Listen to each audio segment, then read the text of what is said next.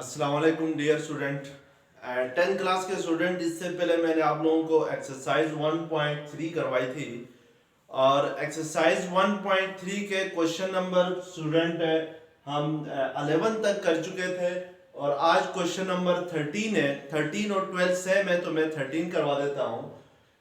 Student, यहाँ पर हम ऐसी इक्वेशंस को सॉल्व कर रहे थे जो क्वाड्रेटिक, तो बेसिकली क्वाड्रेटिक नहीं होती है, यानी equations reducible to quadratic form होती है।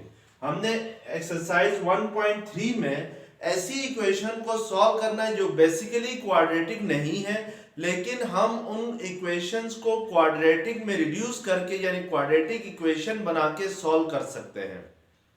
जैसे स्टूडेंट यहाँ पर आपके पास क्वेश्चन नंबर 13 है, 3 power 2x plus 2 is equal to 12 into 3 power x minus 3 है।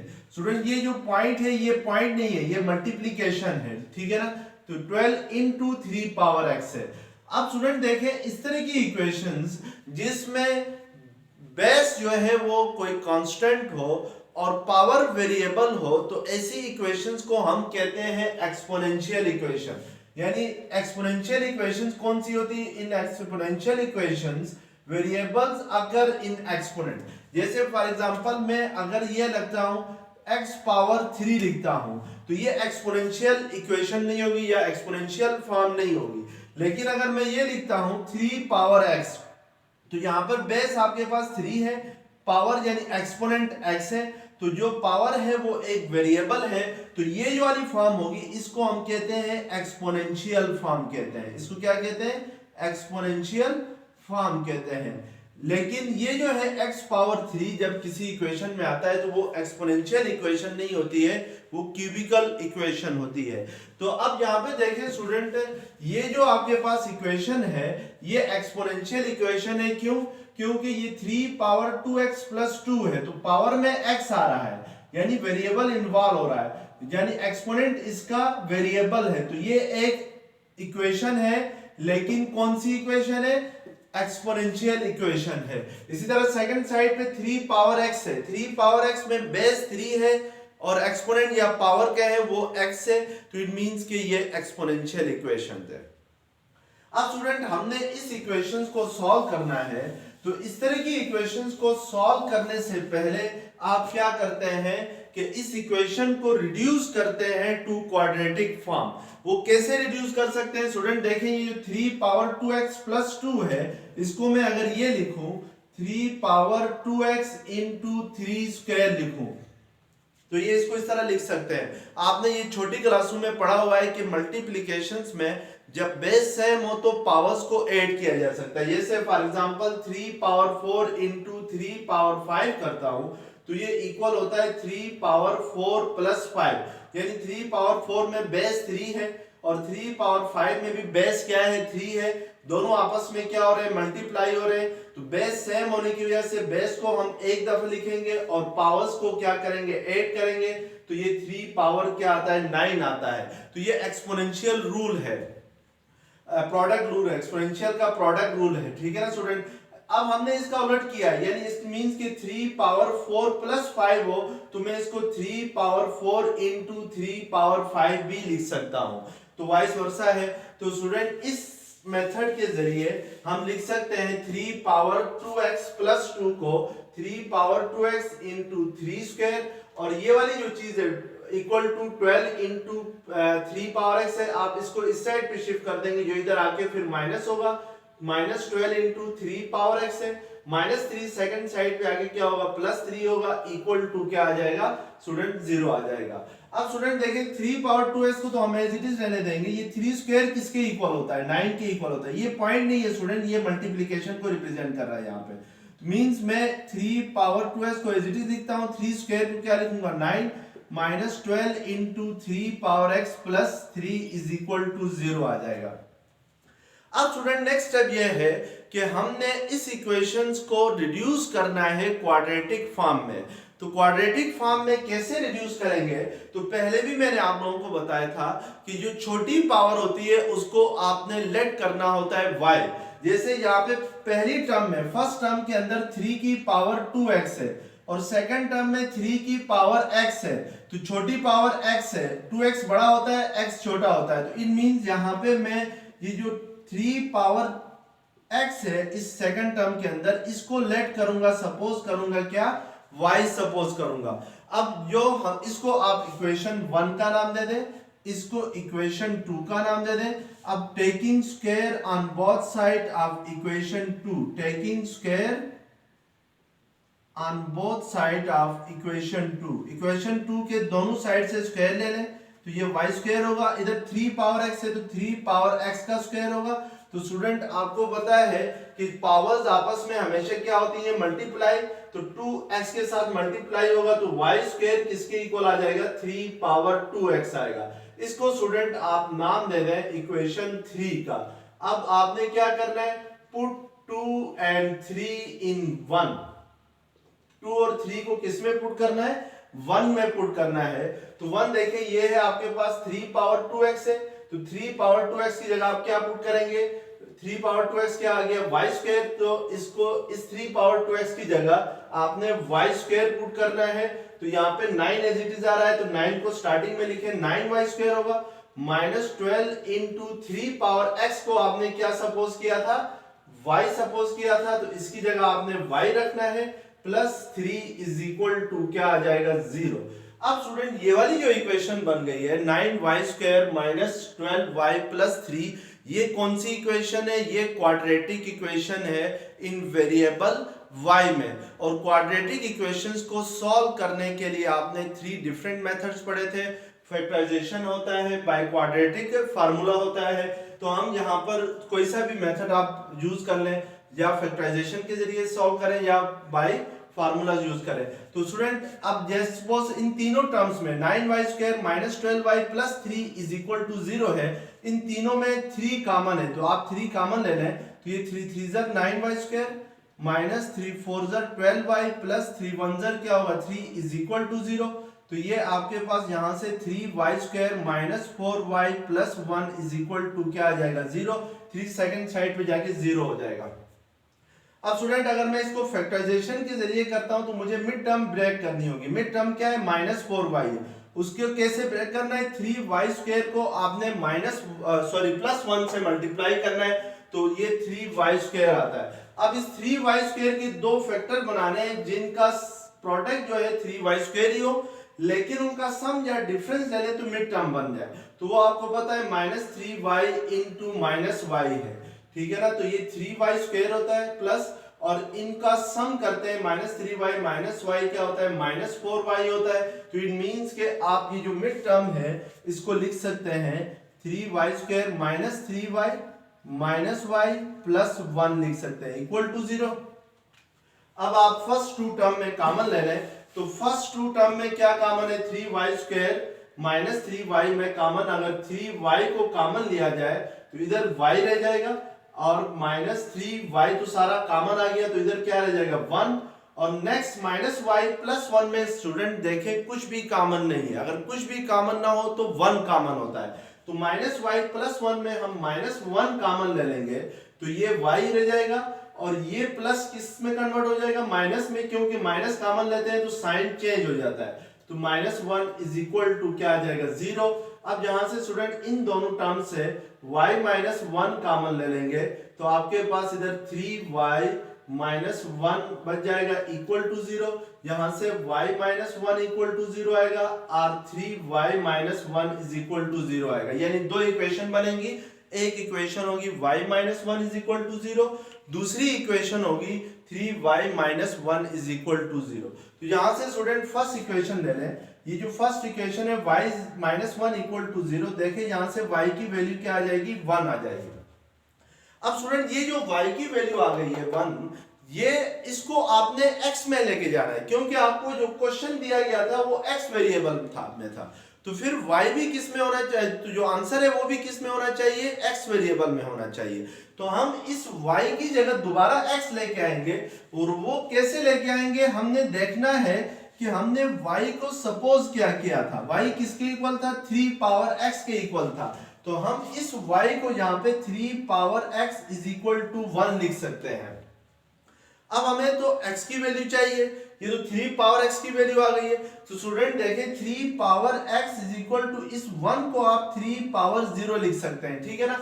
कोई भी नंबर हो अगर उसकी पावर 0 होती है, जैसे 4 पावर 0 होता है तो वो 1 होता है, 100 पावर 0 भी क्या होता है 1 होता है, ठीक है ना। इसी तरह 3 पावर 0 भी क्या होगा 1 होगा। यानी ये 0 की प्रॉपर्टी है कि 0 अगर किसी नंबर की पावर में आ रहा होता है तो वो 1 के इक्वल हो जाता है।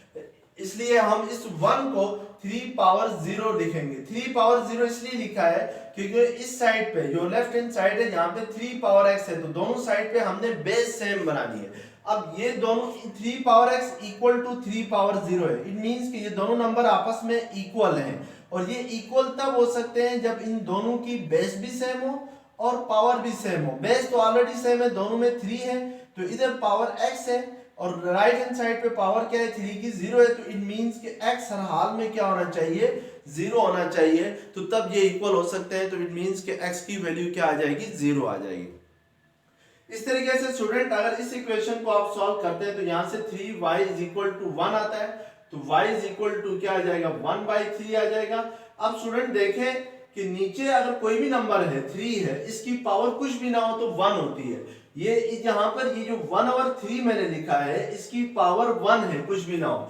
अगर मैं डिनोमिनेटर से नोमिनेटर में शिफ्ट करता हूं किसी भी नंबर को, तो उसकी पावर हमेशा क्या हो जाती है, प्लस में है तो माइनस हो जाती है, माइनस है तो प्लस हो जाती है। इट मींस के y इज इक्वल टू 1/3 को आप y is equal to 3 power -1 लिखेंगे। यानी इस 3 को हमने डिनोमिनेटर से नोमिनेटर में शिफ्ट किया है तो उसकी पावर का साइन चेंज हो जाएगा।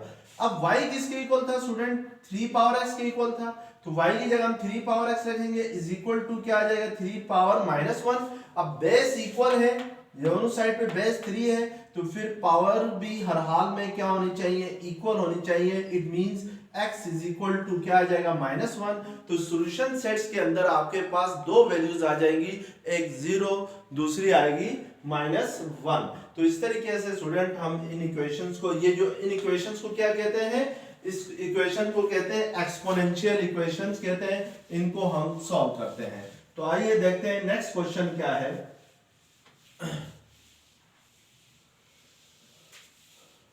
स्टूडेंट नेक्स्ट क्वेश्चन है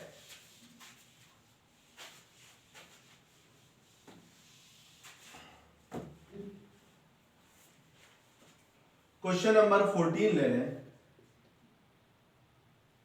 2 power x plus 64 into 2 power -x minus 20 is equal to 0 है। अब स्टूडेंट यहां पर आपने देखें फर्स्ट टर्म में आपके पास 2 पावर x है, सेकंड टर्म में 2 पावर -x है। यानी जो फर्स्ट टर्म में है 2 पावर x उसका reciprocal 2 power -x second term में है। रेसिप्रोकल क्या होता है स्टूडेंट, जैसे 4 है तो 4 का रेसिप्रोकल 1/4 होता है। इस 1/4 को मैं 4 पावर -1 भी लिख सकता हूं। इसका मतलब है 4 और 4 पावर -1 एक दूसरे के क्या है रेसिप्रोकल हैं। इसी तरीके से यहां पे फर्स्ट टर्म में 2 पावर x है तो सेकंड टर्म में क्या है 2 पावर -x है। यानी आप इसको इस तरह भी लिख सकते हैं, ये 2 power x plus 64 into 2 power -x को आप 1/2 पावर x भी लिख सकते हैं। तो -20 इज इक्वल टू क्या आ जाएगा 0 आ जाएगा। तो स्टूडेंट इससे पहले जब मैंने आप लोगों को क्वेश्चन कराए थे, तो जब भी इस तरह की फॉर्म आती है, जैसे मैं हमने इस एक्सरसाइज का जो क्वेश्चन नंबर 7 किया था, तो उसमें भी एक टर्म में जो एक्सप्रेशन थी उसका रेसिप्रोकल दूसरी टर्म में था। तो हम कि फिर क्या करते हैं कि दोनों में से किसी एक को लेट करते हैं y, या मतलब यहां पर हम या 2 पावर x को लेट करेंगे y, या 1/2 पावर x को क्या करेंगे y लेट कर लेंगे। तो लेट्स सपोज मैं यहां पे 2 पावर x को y लेट कर लेता हूं। Let 2 power x is equal to y, और इसको इक्वेशन 1 का नाम देता हूं, इसको इक्वेशन 2 का नाम देता हूं। पुट 2 इन 1, 2 को क्या करेंगे 1 में पुट करेंगे, तो ये क्या होगा 2 पावर x y आ जाएगा, प्लस 64 इंटू 1/2 पावर x है तो ये 1/y आ जाएगा, -20 इज इक्वल टू क्या आ जाएगा 0। तो अब यहां से देखें स्टूडेंट आपके पास y एलसीएम आ जाएगा, तो ये y इस y के साथ मल्टीप्लाई होके वाई स्क्वायर प्लस 64 इंटू 1 क्या होगा 64 ही होगा, माइनस y इस 20 के साथ भी मल्टीप्लाई होगा तो minus 20y is equal to क्या आ जाएगा 0 के इक्वल आ जाएगा। अब स्टूडेंट आपने y को सेकंड साइड पे लेके जाना है, जो डिनोमिनेटर में y है इस y को इधर जाके ये 0 से मल्टीप्लाई होके 0 होगा और इस साइड पे लेफ्ट हैंड साइड पे क्या रह जाएगा y स्क्वायर माइनस 20y को पहले लिखे प्लस 64 को बाद में लिखे इक्वल टू क्या आ जाएगा 0। तो ये कौन सी इक्वेशन बन गई स्टूडेंट, क्वाड्रेटिक इक्वेशंस बन गई। अब इस क्वाड्रेटिक इक्वेशंस को आप खुद ही सॉल्व करें और इसमें x की फिर वैल्यू फाइंड करें, यानी जो आखिर में y की वैल्यू आएगी उसको कन्वर्ट करके दोबारा x में लेके जाना है और उसको फिर सॉल्व आउट करना है। तो ये आप जरा खुद ही करें आगे। अब स्टूडेंट हम लोग क्वेश्चन नंबर 15 करते हैं।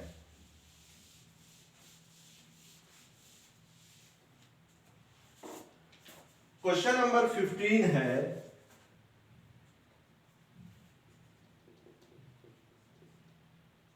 x plus 1 into x plus 3 into x minus 5 into x minus 7 is equal to 192।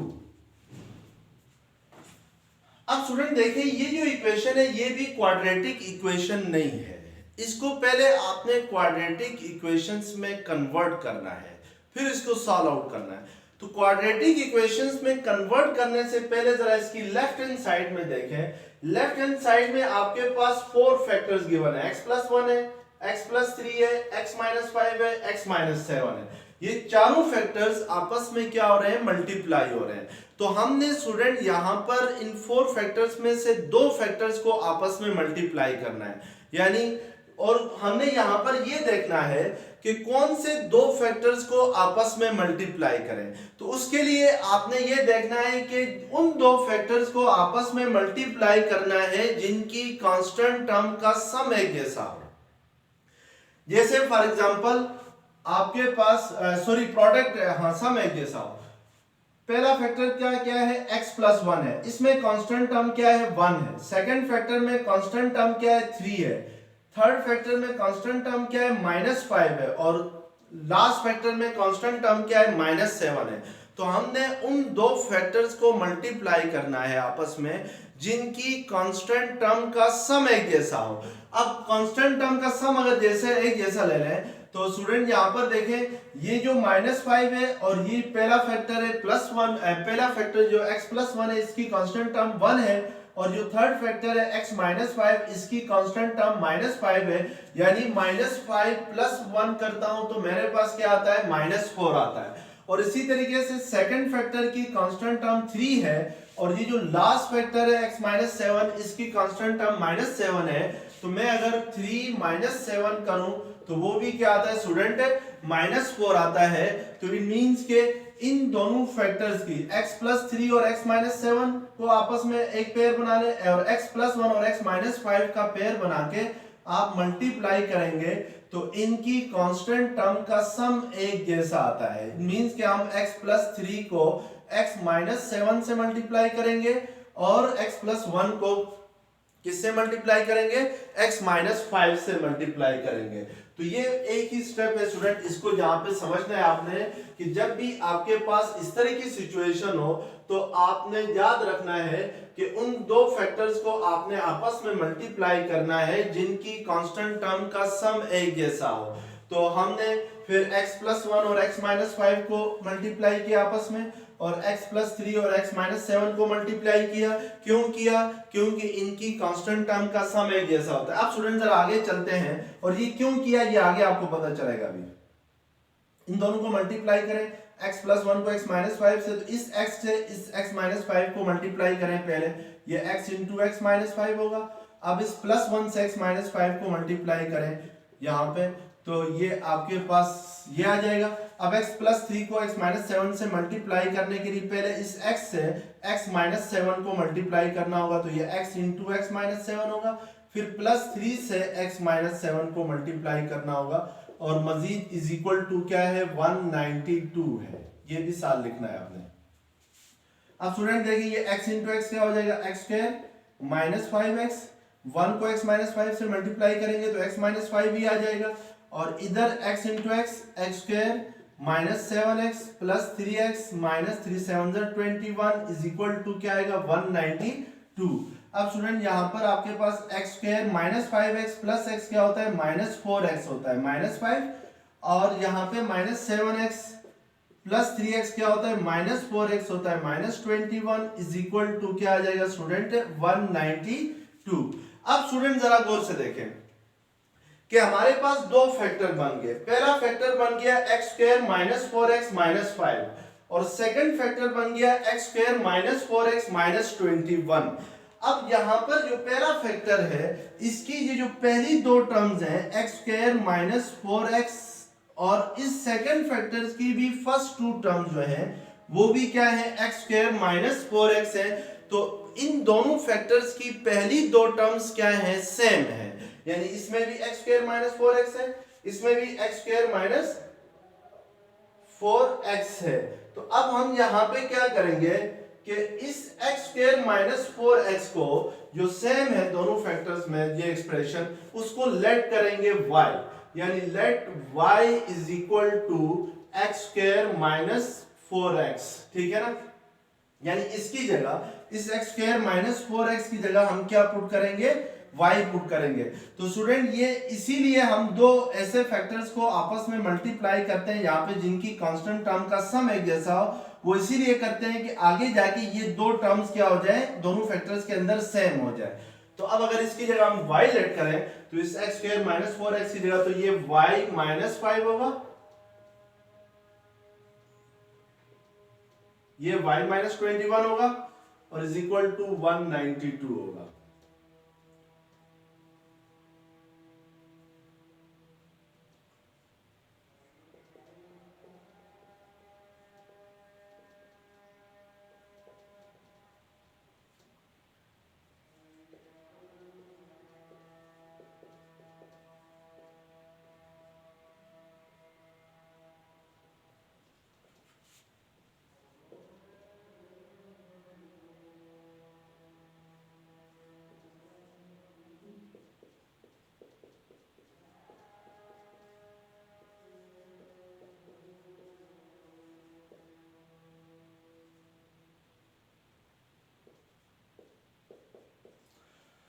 अब स्टूडेंट देखिए हमने इस y एक्स स्क्वायर -4x की जगह क्या पुट किया y, तो यहां पर ये y आएगा तो -5 एज इट इज रहेगा, तो ये y -5 होगा, और इसी तरह इस एक्स स्क्वायर -4x की जगह हमने y पुट किया तो ये y -21 होगा, इज इक्वल टू क्या आ गया 192।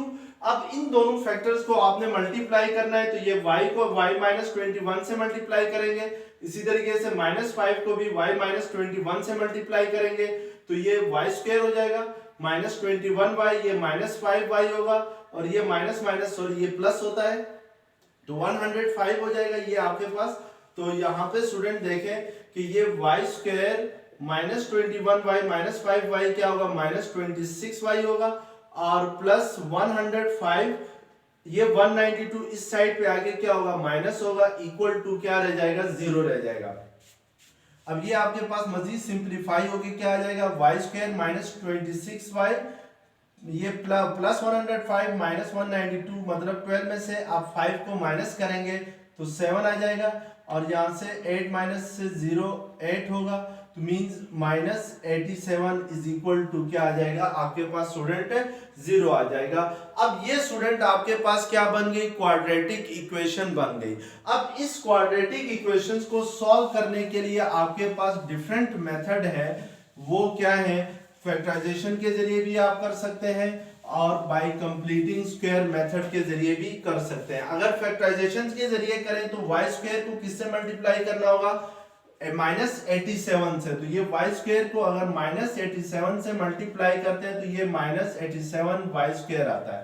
अब स्टूडेंट -87 y स्क्वायर के दो फैक्टर बनाने हैं जिनका सम या डिफरेंस ये मिड टर्म बच जाए -26y हो, तो उसके लिए 87 के जरा फैक्टर बना लें, तो ये किससे होगा 3 से 3 2 6, 87 3 2 6 होता है, 2 3 9 27, मीन्स फिर 29 वन ज़र 29, और हमें पता है 29 माइनस 3 करें तो 26 होता है। तो अब स्टूडेंट हमने यहाँ पर हमारे पास इजीली ये फैक्टर बन गया है, यानी हमारे पास था y square minus 26y minus 87 is equal to 0। अब इस y माइनस 26y को आप minus 29y plus 3y minus 87 लिख सकते हैं, ठीक है ना स्टूडेंट।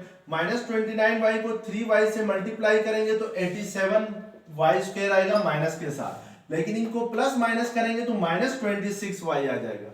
अब फर्स्ट टू टर्म में आप कॉमन ले लें y, तो ये y माइनस 29 होगा, और इधर आप 3 कॉमन ले लेंगे तो y माइनस 29 रह जाएगा इक्वल टू 0। अब यहां से y माइनस 29 अगर हम कॉमन ले लें तो ये y plus 3 is equal to क्या आ जाएगा 0। तो स्टूडेंट यहां से आगे आपके पास दो फैक्टर बनते हैं, दो फैक्टर इक्वेशंस बनती है लीनियर इक्वेशन।